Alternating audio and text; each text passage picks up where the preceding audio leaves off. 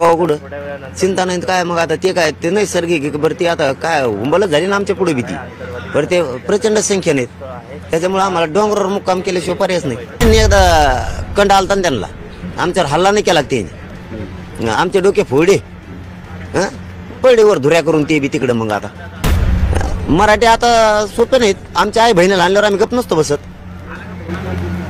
आता आम्ही शांततेच करा केलं की नाही आता शांततेत. आता डोंगर काय साठी बघत आहोत ते काय सांगायसारखं नाही. गावात काय आता इतके करोडोने जाणार आहेत हे भिताडाच्या आडून बसू नये म्हणून आपल्या डोंगराच्या कडेला आपला आमची चालली व्यवस्था ते वेगळाच विषय. आता काय करावं मग आमच्याजवळ नाही काही.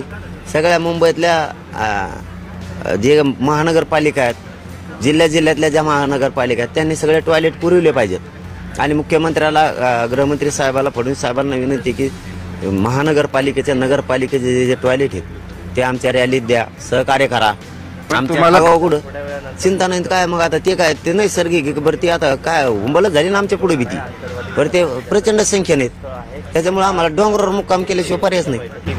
गावात मुक्काम करून जमत नाही. त्यामुळे सरकारनं सगळे टॉयलेट द्यावेत शांततेत रॅली येऊ द्यावी. सगळे वाहनं ट्रॅक्टर ते पण येऊन दिले पाहिजेत.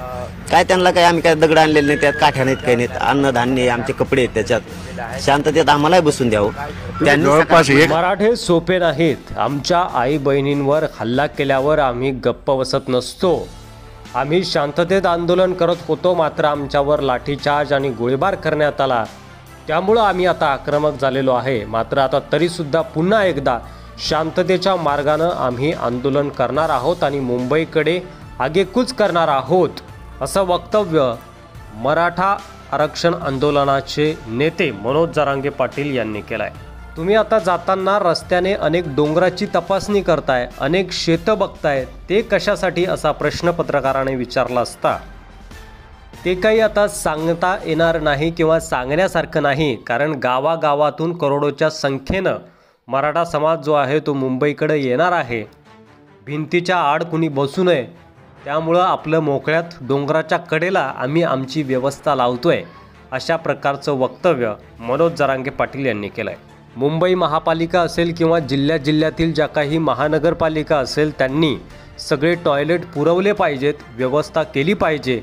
आणि मुख्यमंत्री आणि गृहमंत्री साहेबाला देखील माझी विनंती आहे की त्यांनी आम्हाला सहकार्य केलं पाहिजे. आमच्या रॅलीला टॉयलेट वगैरे बाथरूमची व्यवस्था करून दिली पाहिजे. आम्हाला सहकार्य केलं पाहिजे असं देखील मनोज जरांगे पाटील म्हटलेले आहेत.